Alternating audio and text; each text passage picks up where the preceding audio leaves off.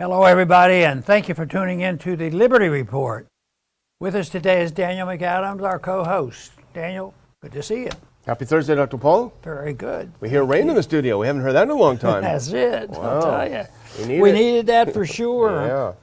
A little late for some of my stuff. I know.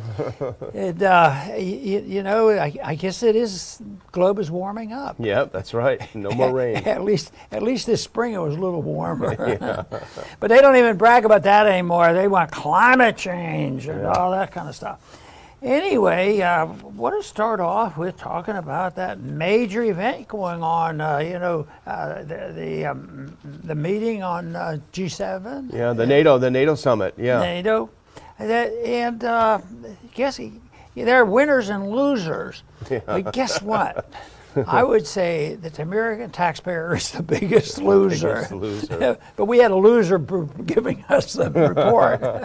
Now, there was an interview by, the president, and the New York Times person was pressing me. He said, how long are we going to be there? And the American consumer is suffering from some of this. And at least the New York Times was implying, all that activity and spending and his regulations are really the cause of all this. So, and New York Times is supposed to be his buddy. Uh-huh. So, but Biden doesn't mince words. He says, He didn't say maybe, or I don't know, or we'll study it. I'll get back with you. Yeah. That's right. Let me get you back with it. He said that they are going to be there as long as it takes. But he didn't tell it when is the end point. What's going to take when we totally destroy the country, or just what it is. But the policies are going to continue, and the fact that it was implied that the American taxpayer should be considered on this. Didn't seem to ring a bell with him. That part wasn't suggested. So I suspect that he was being pretty much upfront with us. He didn't say next week it's going to be over, or next month, or next year. This can't go on forever. But he's saying, well, maybe it's forever. It's just going to continue. So that to me is bad news, but it's nothing really new news. It's what we would have expected. Yeah, it was a pretty amazing thing, and I think the reason, it sort of opens the door to talk about economic problems, and I think a lot of people want to hear what you have to say about it. But you're right. It was a press conference, and Biden doesn't do a lot of those. And you could see the setup. He got his own special teleprompter. The questions, of course, were all pre-prepared, pre-read. He knew exactly what was going to be asked. So it was kind of theater. It was kind of a Potemkin press conference where you pretended, oh, hey, Joe Blow, I didn't see you here. What do you want to ask me? And you already know beforehand. And here's the answer. Ask Joe Blow. So anyway, what it was a New York Times reporter. And actually, why don't we play that clip? Because he asked Biden, how long should we expect to be paying these high gas prices over Russia and Ukraine? And the answer, to be honest, was surprisingly honest from Biden's perspective. Let's hear what he has to say. And how long is it fair to expect American drivers to continue to pay a premium because of this war? Let me hear this. The second part of the question was, would it bring down the price? Will it bring down prices? And the war has pushed prices up. They could go as high as $200 a barrel, some analysts think. How long is it fair to expect American drivers and drivers around the world to pay that premium for this war? As long as it takes. So Russia cannot, in fact, defeat Ukraine and move beyond Ukraine. So how long are we going to pay? As long as it takes. Implicitly, he's saying to defeat Russia. Well, Russia is not being defeated. In fact, the opposite is happening right now. But I think, I don't know how you feel about that. It just seems to show me how out of touch the political elite are. I went to the gas station yesterday for the first time in a long time. I didn't fill my tank. I just put in $20, right? I barely got home on that. And so you can imagine, it just seems to me they're so out of touch. There's another statistic that could have come out, to answer a question like that. It didn't come out, but I suspect the American people are starting to realize that there are some beneficiaries here. Well, they don't know so much about the military-industrial complex and their requirements. That's a big beneficiary. But the other one is the amount of money Russia's making in profits, and that in a way is a result. People have difficulty separating, the business cycle and the damage done by the Federal Reserve, because those signs were already here even before COVID. But COVID has added to it, and Ukraine, I don't know, some days I've even suggested that maybe those things are deliberate to distract from the cause being totally, due to the Federal Reserve. But the business cycle is there. It's a distortion. There's a transfer of wealth. One group gets benefits, the other one suffer. And this was sort of a regulatory thing, and dealing with the price controls. But it's really represents the same principle what happens in inflation, that some people benefit and some people have to pay the bill. In this case, the beneficiary, the profits are going to the Russians. Yeah, and it's part of the malinvestment that occurs with inflation. It's the unexpected consequences, unintended consequences that happens all the time, and yet they never admit that this whole idea of economic planning just doesn't work. They can do this and they do A, B, C, and this is going to happen. It essentially never happens, and yet they keep doing it. Say, oh, you mean inflation is causing these problems? Well, let's double it then. Let's double the printing of money, and they've been doing that. And of course, the consequence. I don't know of any reputable Austrian economist that was like all of a sudden aghast a couple years ago and say, oh, we never expected this. This even reminds us of stagflation. This even suggests the possibility of a deflationary depression, and yet, do they go to the Austrian economists and ask these questions? No, they don't want to, because that restrains one thing. They might know it and understand it. It restrains the growth and the control of big government. Because this whole monetary system and the military system, our foreign policy is designed to protect a very, very wealthy class of people. And he continued on this same vein in the press conference today, because he actually doubled down on this idea that all the problems we're facing right now in the U.S. With prices and inflation are all due to Russia. In fact, he repeated it 3 or 4 times. And let's go to that next clip. And before you play it, I'll just read, because this is a tweet. If we can go to that second tweet clip. There we go. Joe Biden, the reason why gas prices up is because of Russia, Russia, Russia, Russia. and the person who tweeted said, fact check, the reason why prices are up is because of Biden, Biden, Biden, Biden. Let's listen to what he has to say here. Ultimately, the reason why gas prices are up is because of Russia. Russia, Russia, Russia. The reason why the food crisis exists is because of Russia. Russia not allowing grain to get out of Ukraine. So Russia, Russia, Russia. But here's the problem, Dr. Paul, and this was reported. This is we can actually put on that first clip here if we can. The first just regular picture. And this is from, this is a Forbes writer that was published in the NASDAQ journal. Gas prices were already rising before Russia invaded Ukraine. And this is from March. So it's basically revisionist history, Dr. Paul, that all of a sudden everything is going hunky-dory. We're having a wonderful time. Prices are nice and low like they were under the previous president, to be honest. And then Russia decided to invade and prices went through the roof. That's simply not the case. The prices were in the upper $3 range before the invasion took place. Now, they have increased for a number of reasons, but it's just not factually accurate to say that this is because of Russia, Russia, Russia, Russia. However many times you repeat the word Russia, it's not sinking in. And we've covered this before because there was an NBC poll that was done in April, and there have been some subsequent polls, but this is the first one that I pulled up. Only 6% of Americans polled by NBC, not Fox, NBC, believe that it's Putin's fault that prices are rising. So he's talking to an empty room, essentially, and I just wonder, he's not reading the room right, at least. You know, that is pretty amazing because just think of the incidents where the propaganda was much more thorough and convincing. To get the American people really riled up, you know, so quickly after World War II that we had to send the kids off, and many of them being killed, you know, for Korea, which all they needed to do was say, well, is it a declared war? And things would have been slowed down. But then there's also the Vietnam War, another war not fought carelessly. And no, it just marched on the propaganda, and we had to stop the domino effect. But you know, they finally lost confidence, and that's when the American people woke up. But not until after a lot of tragedy. But you'd think that would have been the last time they needed to learn a lesson. But no, they keep coming back. And the Bush years, what were they doing?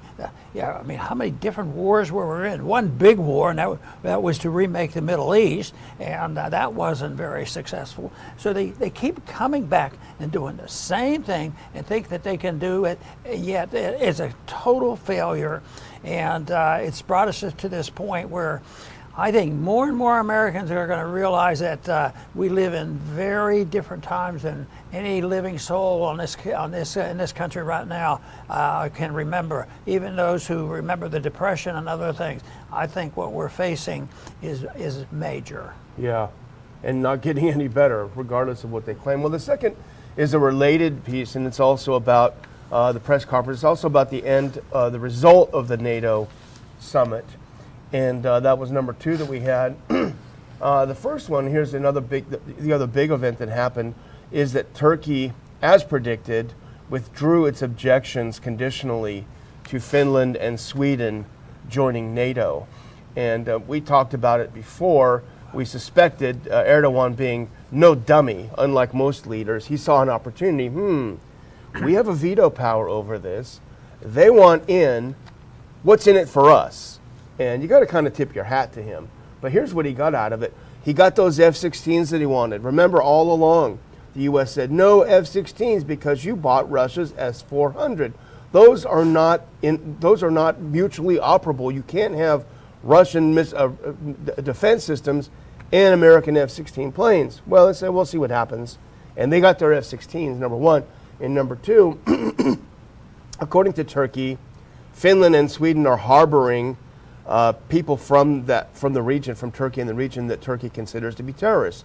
PKK, the workers' party, they consider to be terrorists. They said, we need you to extradite these people down to us. We're going to have to do a little bit of justice with them. They said, okay.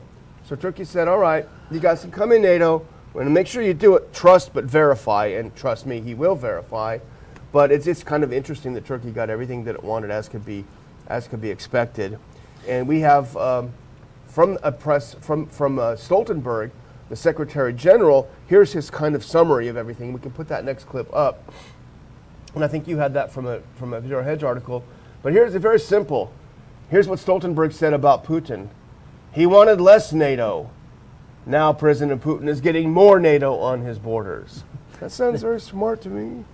You know, hardly. But you mentioned that the Turks were the ones that said, "What's in it for us?" But, well, you know, they get a couple plus points for that. But what's sad is, why has the Swedes rolled over? And they're not asking that question. What really is in it for us? I mean, they're not going to be ever able to have enough weapons, you know, to confront a real invasion with Russia.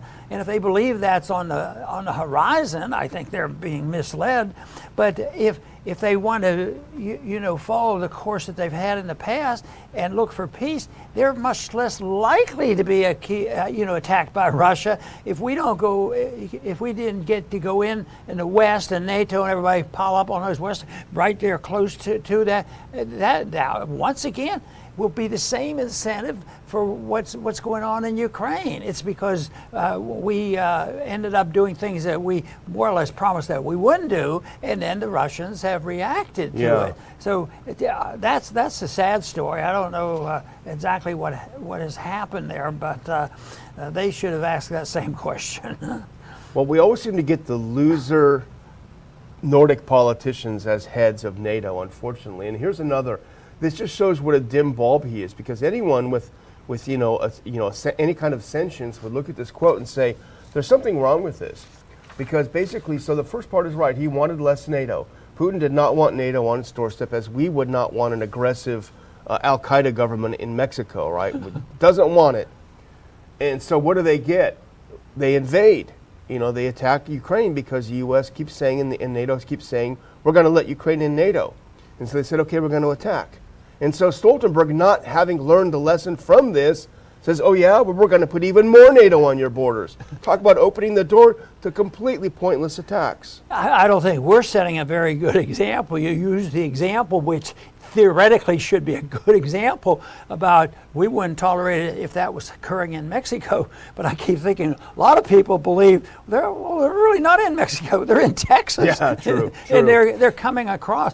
There's no way to know how many are good guys and bad guys, because in spite of how messy this is, I can't help but think what it must be like when governments have screwed things up so badly, and there's a lot of natural incentive if a person has a decent job and they're protected by a system of liberty, that they don't go off looking for more trouble. But the conditions were such that they are, and they're marching in, and the more we have this type of policy, the more chance there is, to have the enemy forces right on our border. Yep. Or right now, a lot of people would agree with this statement. Yes, they're here. Yeah, they're here. There's been an invasion. No, you're right. We almost can't even use that as an analogy anymore. But the next segment we want to talk about a little bit is this caught our attention. And we'll call this West Point or Woke Point, because there were three pretty distinguished retired senior officers: Lieutenant General Thomas McInerney, Major General Paul Vallely, people probably familiar with him more than the others, and Colonel Andrew O'Meara. They sent a letter and they signed it, "Concerned graduates of West Point and the Long Gray Line," which is the history of West Point grads. And they brought up some things that they're pretty concerned about, Dr. Paul, that basically West Point, kind of the last place you think of as a hub of wokeism, this is hardly Portland, right, has actually become infested with cultural Marxism. That's at least what they claim. Yes, and the people now coming out and expressing themselves in the retired leadership of West Point, they went to their early years, high school, college, and all in a different period of time, and they obviously have not been, snowed with this whole thing about the wokeism. But this is a big problem. The thing that ends up with wokeism getting a toehold in there is just corruption. It really corrupts the system, the corruption of the concept of personal liberty and why we exist, and that's why that's been eroded here in this country. So what do they first start on? The educational system. Yeah. And that's we touched on that yesterday with our interview. And it's the educational system that becomes corrupt. But what about the justice system? How many people would think that the justice system really doesn't exist when you think of some of the investigations and trials and going on, and the treatment of people like Assange and Snowden? Do we really have a justice system? And then when you look at, was there justice on the people that were caught on television of burning and stealing and robbing right out in the daylight with people, with police sitting there in their cars, and it was happening. So that again is the more of the corruption. But now, it's in the military. It shouldn't be a surprise to it. It's an infiltration. So it is it's an idea whose time should not have come, but it has been infiltrating. And the only thing that I can see that can counteract that is another idea that we can spread, and we are spreading it to counteract this. And that's what this little letter, this significant letter written by the military academy, and pointing this out. So yes, I think it's ideological, but right now the infiltration and the corruption is pervasive, and it starts already. Really, probably even it was shocking when I first heard of what some of the radicalism that were taught to kindergarten You know, early on, you get into this radical environmentalism and the rest of it. Well, you know, on one hand, you'd think that, oh, this is really unusual. You wouldn't expect the military to be so infested with this. But look back, I mean, Trotsky, probably the revolutionary, you know, all the neocons in the U.S. on the left and right, that is their icon. Trotsky at the Russian Revolution, the Soviet Revolution, said, I want the Red Army. And he was given the task of rebuilding the Red Army. That was their number one goal, because if they could take that army and turn it into a political tool of the regime, which they did, that's how you win. And that's what gave you, of course, Stalin and the purges and the death camps, etc. So that's what we're seeing here. That's a number one target. And General Vallely and the others, to their credit, are pointing this out and raising the issue. And our friend Colonel McGregor and others have also talked about who've been to West Point. Let's put up this next. This is from the article, and this is from the letter. This is Vallely in an interview about the letter. He said, we wanted to challenge the leadership of the Academy and the Defense Department on their woke actions, critical race theory, diversity training, and other discrepancies in the Academy. We found it pervasive at the Naval and Air Force academies, so we knew it was directed from the highest levels of our military leadership. That says a lot, Dr. Paul. This is coming from above. They have something very clearly in mind, which is to remake the military into this woke image. And they talk about forced vaccines and a number of other things, the teaching of critical race theory in these courses. Forget about how to beat the Afghan army. We got to have plenty of critical race theory, maybe some gender discussions as well. You know, force is used by the authoritarians to make people obedient. Now, there was a lot of force used, you know, during COVID to make people toe the line. And Trotsky was on the right track, though. Eventually, though, the people become more militant in opposition to it, and therefore the government has to respond by showing that they have the strength. So they go to the military. And up until now, they've been able to have enough pressure on the corporations, where the corporations were the police enforcers. They would do it because there was so much that the Federal Reserve System and the financial system and the spending can force the corporations to do exactly what they want. But now with this, let's just hope this stops, this nonsense about, you know, woking the military, because that means in many ways, if the people rise up against them, and the people eventually will, and they're starting to, that we might need more than just cooperation from some of the corporations, because when the bankruptcy is in full swing, the corporations won't have as much to lose. They would have lost it by then, and then it will shift from the financial controls to run the system over to, you know, the militant approach, the everything from the Gestapo to you know, the Centurion is going to come in and control the people. Yeah. Well, we'll keep an eye on this for sure. I guess our last little segment is a little bit of humor. I mean, you know, we need a little bit every now and again. And I'll kind of set this one up because, you know, they had the G7 meeting, sorry, and they all got together at a round table, all the leaders, and they were going to have a photo op, and they were making a joke about, I think it was Boris Johnson, we should take our coats off, and then Trudeau said, we should take our clothes off. And in fact, we do have that. First of all, it shows the immaturity, I think, of some of these people. We've got to show that we're tougher than Putin. It just shows how petty and absurd they are. It's a video clip. If we can put that last one up, it's about 30 seconds long, I think, and you can hear them joking. There's a lot of chatter, but you can basically get the main point if you have. Here we go. Jackie talk. Jackie talk. Can we just can we take our clothes off? Wait for this picture. You just want to show up. You're going to sing. We all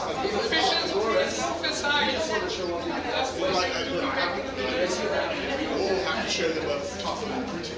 The bare chest and horseback ride is played. Oh, yes. Take off.